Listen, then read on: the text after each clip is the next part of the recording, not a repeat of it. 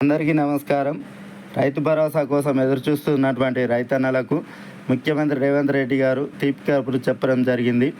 రైతు భరోసాకు సంబంధించినటువంటి నిబంధనలు ఖరారు చేసినట్లుగా తెలుస్తూ ఉంది.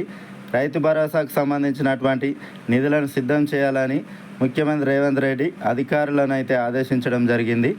తెలంగాణలో రైతులకు పెట్టుబడి సహాయంగా అందజేసే రైతు భరోసా పథకానికి విధి విధానాలు ఖరారు అయినట్లుగా సమాచారం అంతా ఉంది. గతంలో ఉన్నటువంటి రైతు బంధు స్థానంలో ప్రస్తుతం కాంగ్రెస్ పార్టీ ప్రభుత్వం రైతు భరోసాను తీసుకురావడం అయితే జరిగింది. రైతు బంధు పథకం ద్వారా ఎకరానికి 10,000 రూపాయల పంట పెట్టుబడి సాయాన్ని 2 విడతలుగా గత ప్రభుత్వం అందజేయడం జరిగింది. కాగా ముఖ్యమంత్రి రేవంత్ రెడ్డి గత ఎన్నికల సమయంలో రైతు భరోసా పథకానికి సంబంధించి కీలకమైనటువంటి ప్రకటన చేయడం జరిగింది. ఎకరానికి 15,000 రూపాయల పంట పెట్టుబడి సాయం అందజేస్తామని ఎన్నికల్లో హామీ ఇవ్వడం జరిగింది. తీరా అధికారంలోకి వచ్చి 10 మాసాలు గడుస్తున్న రైతు భరోసా పథకాన్ని అమలు చేయడం లేదు. గత యాసంగి సీజన్లో పాత పద్ధతి ద్వారానే రైతు బంధు పథకం అయితే అమలు చేశారు. వానాకాలం సీజన్లో రైతు భరోసా పథకాన్ని అమలు చేయాలని ప్రభుత్వం నిర్ణయించింది. కానీ ఇప్పటి వరకు రైతు భరోసా పథకానికి సంబంధించి ఎటువంటి ప్రకటన చేయలేదు. కానీ రైతు బంధు పథకంలో అనేక అక్రమాలు చోటు చేసుకున్నాయని ప్రభుత్వం భావించింది. సాగుకు పనికిరానటువంటి కొండలు గుట్టలకు కూడా గత ప్రభుత్వం పంట పెట్టుబడి సాయం అందజేసినట్లుగా నిర్ధారించింది కాంగ్రెస్. దాంతో రైతు భరోసా పథకం విధి విధానాలపై రాష్ట్ర వ్యాప్తంగా రైతు వేదికలలో రైతులతో కేబినెట్ సబ్ కమిటీ చర్చలు నిర్వహించి రైతుల నుంచి అభిప్రాయాలు సూచనలను తీసుకుంది కేబినెట్ సబ్ కమిటీ. ఈ కేబినెట్ సబ్ కమిటీ రాష్ట్ర వ్యాప్తంగా రైతు సంఘాల నుంచి రైతుల నుంచి సలహాలు సూచనలు స్వీకరించి రైతు భరోసా పథకానికి సంబంధించినటువంటి విధి విధానాలను ఖరారు చేసే పనిలో నిమగ్నమైనట్లుగా తెలుస్తూ ఉంది. రైతు భరోసా పథకాన్ని ఎన్ని ఎకరాలకు అందజేయాలనే దానిపైన రైతుల నుంచి అయితే సలహాలు సూచనలు స్వీకరించింది. చాలామంది రైతులు 10 ఎకరాల లోపు ఉన్నటువంటి రైతులకు మాత్రమే ఈ రైతు భరోసా పథకాన్ని అమలు చేయాలని ప్రభుత్వానికి విన్నవించడం జరిగింది. ప్రభుత్వం కూడా 10 ఎకరాల లోపు ఉన్నటువంటి రైతులకు మాత్రమే ఈ రైతు భరోసా పథకాన్ని అందజేస్తామని నిర్ణయానికి వచ్చినట్లుగా తెలుస్తూ ఉంది. వాస్తవానికి ఈ వానాకాలం సీజన్ ప్రారంభంలోనే రైతు భరోసా పథకం అమలు చేయాలని ప్రభుత్వం భావించినప్పటికీ రైతు బంధు రుణమాఫీ వల్ల ఆలస్యమైంది.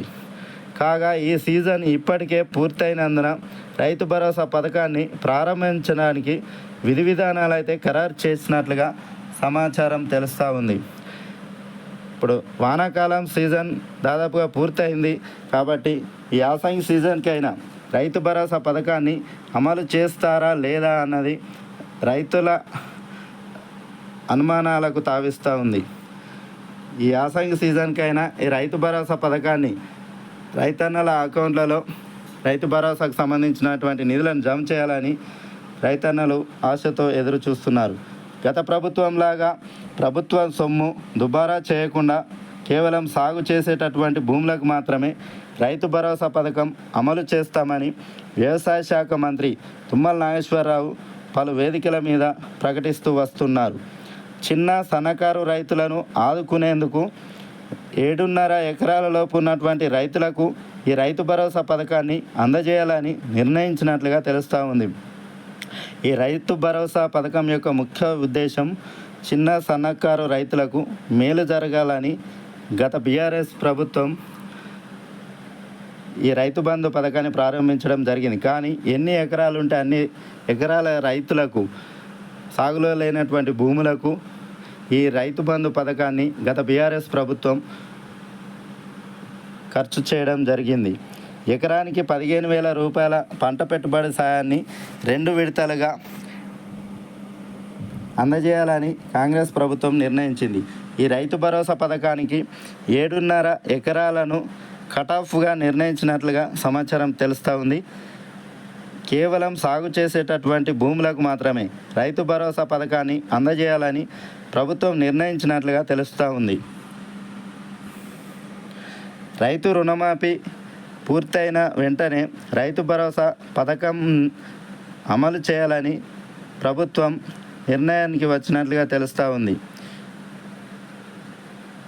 రైతు భరోసా పథకానికి సంబంధించినటువంటి విధి విధానాలు పూర్తి కాగానే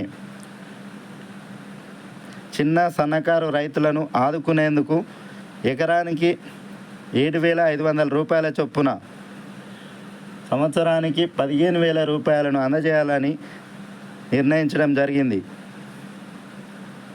ఈ రుణమాఫీ కానటువంటి రైతులకు ప్రభుత్వం 5,000 కోట్ల రూపాయలను విడుదల చేయాలని నిర్ణయించడం జరిగింది. వెంటనే రుణమాఫీ పూర్తి కాగానే వెంటనే రైతు భరోసా నిధులను కూడా రైతన్నల ఖాతాలో జమ చేయాలని ప్రభుత్వం భావిస్తూ ఉంది.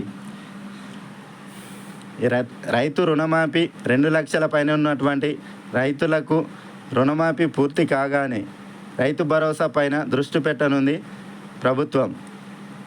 రైతు రుణమాఫీ పూర్తి చేసి త్వరగా రైతు భరోసాకు సంబంధించినటువంటి విధి విధానాలను ఖరారు చేసి రైతన్నల అకౌంట్లలో రైతు భరోసాకు సంబంధించినటువంటి నిధులను జమ చేయాలని రైతులు ఆశతో ఎదురు చూస్తున్నారు. Okay, thanks for watching. Please subscribe my channel. Thank you.